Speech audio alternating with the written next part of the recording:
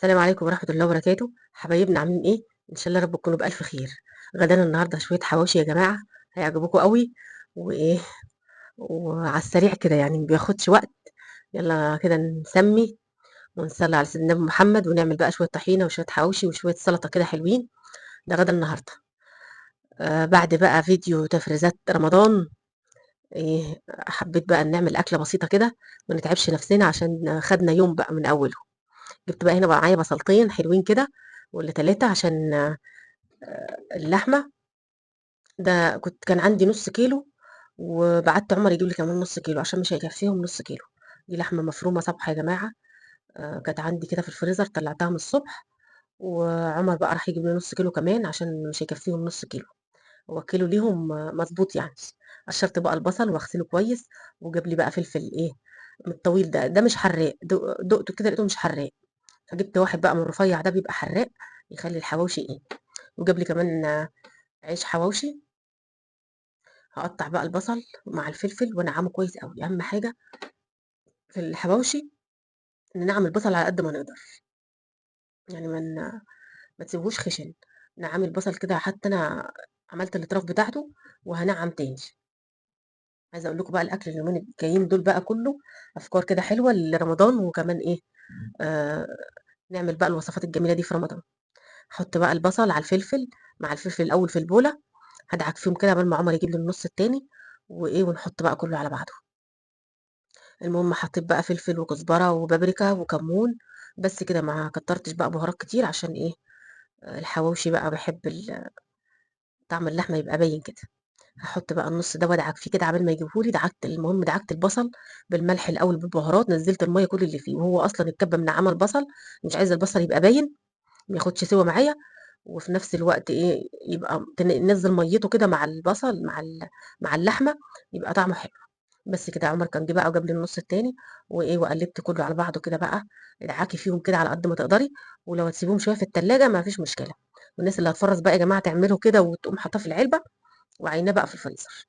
بس كده يا جماعه، انا لابسه لفظات كده عشان دعيك اللحمه ده ما بحبش احط ايدي فيه. وكمان انا عملت لهم بقى الحوش عشان جبت دهن. لما بيكون عندي بقى الدهن، اللي ما شافش فيديو الدهن يشوفوا يا جماعه جميل. شايفين عامل ازاي؟ كان عاوز كمان شويه سمنه، بس يلا بقى. هفتح بقى العيش كده من الطرف كده بالراحة، حتة صغيرة كده، وبعدين بقى نحط فيه اللحمة ونسيب. والعيش كان صابح ازاي وجميل. اكور بقى، انا لابسة جلافز عشان اكور بقى اللحمة كده بيه واضغط عليه. زي ما قلت لكم ما بحبش اتعامل مع اللحمة كده مباشرة في ايدي. بس كده بقى هكور واحط بقى ايه الكورة دي في قلب اللحمة، ما بعوش تاني في قلب الرغيف، وبفرد بقى في قلبه كده بس. والصواني بقى بتاعتي جاهزة. انا حاطة الدهن يفك عشان ايه ادعك به الرغيف كده من تحت ومن فوق. بس حطيته على الصينيه على طول بيجمد. زي ما قلت لكم كان عاوز شويه سمنه او شويه زيت بقى، بس انا ما بحبش احط زيت بصراحه.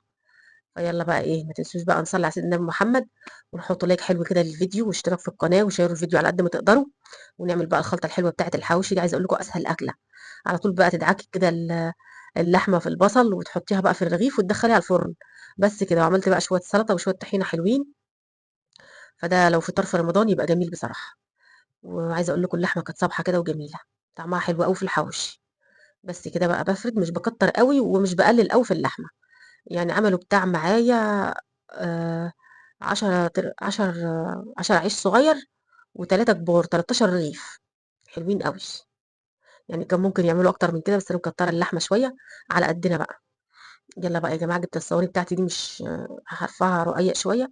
شايفين اول ما بنزل الدهن على الصينيه راح ماسك على طول، فلحقت بقى ايه الصينيه دي كده. وهحط بقى على طول الصينية الجاية مش هحط عليها، هحط شوية في تحت واقوم ايه دهنة بالمعلقة من على الوش. بس عايزة اقول لكم خلي طعم العيش جميل. بستنى بقى ايه الرغيف اللي هو ما اندهنش ده، استنى يفك كده شوية في الفرن، وبعدين هحطه. منزلة بقى الشبكة من تحت لان ايه الفرن بتاعي من تحت الاول، وبعدين شلت الشبكة اصلا، يعني تاني مرة شلت الشبكة واحمر من تحت، وبعدين بولع بقى الشواية من فوق. بس زي ما قلت لكم، رشيت كده رشه على الصينيه. الجو برد اول ما بدهن والصينيه ساقعه، اول ما برش الدهن بيقوم رابط على طول. فحطيت بقى من تحت وبعدين ايه. بس عايزه اقول لكم برضو مخلي طعم الحواوشي جميل. لما بيبقى عندي الدهن ده ببقى اجيب بقى حواوشي واعمل. بيخلي طعمه حلو، ما بحبش احط عليه زيت يا جماعه، مش كل حاجه زيت. بس بقى كده اقلب بقى علبه الطحينه دي. بحب انا الطحينه المعلبه، وهم كمان السايبه دي ما بيحبوهاش قوي. فبجيب العلبه بقى بعمل منها، وعلبه زبادي. عايزه اقول لكم علبه الزبادي دي على الطحينه بتوديها في حته تانية كلها كده. واحط بقى بهارات، حطيت عصره ليمون، انا كنت مفكره ان انا شلت البذر فطلع فنزل البذر، شلته بقى بايديا كده عادي. وايه، وهحط ايه تاني، خل، واحط بقى كمون وبابريكا.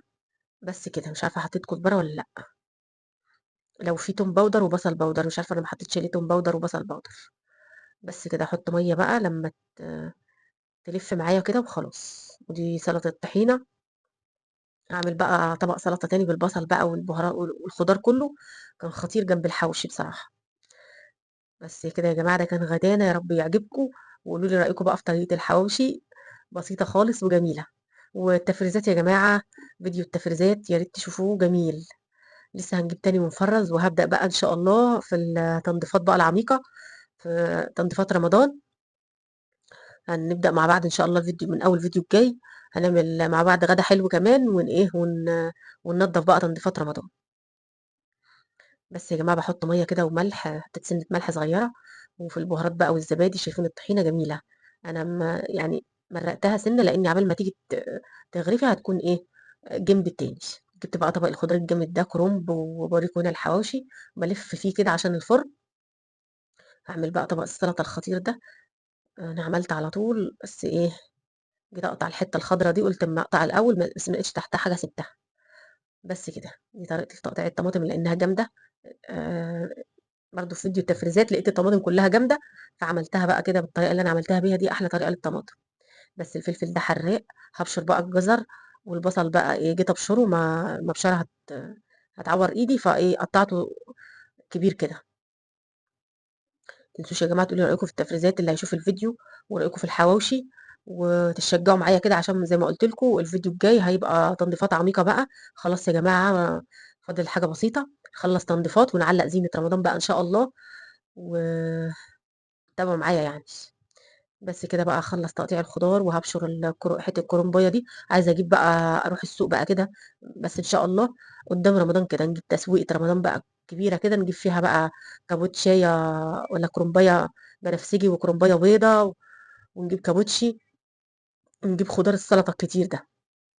كابوتشايه كرنبايه بنفسجي وكرنبايه بيضه.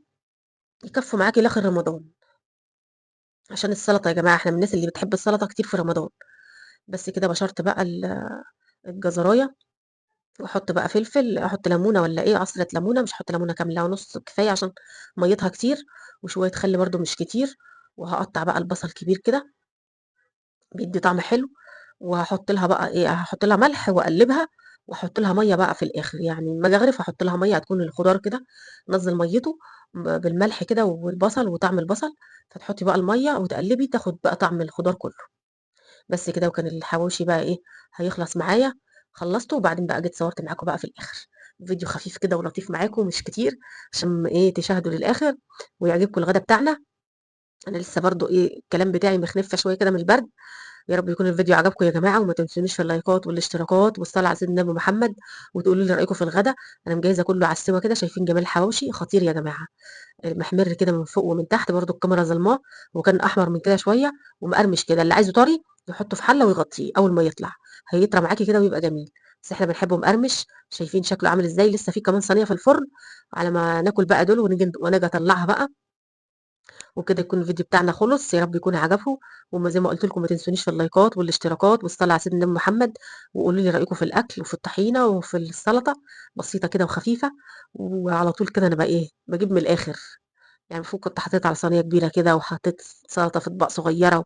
وهيأت معاكم الحال كده. بس انا ماليش روح يا جماعه. بأثر معاكم كده على طول.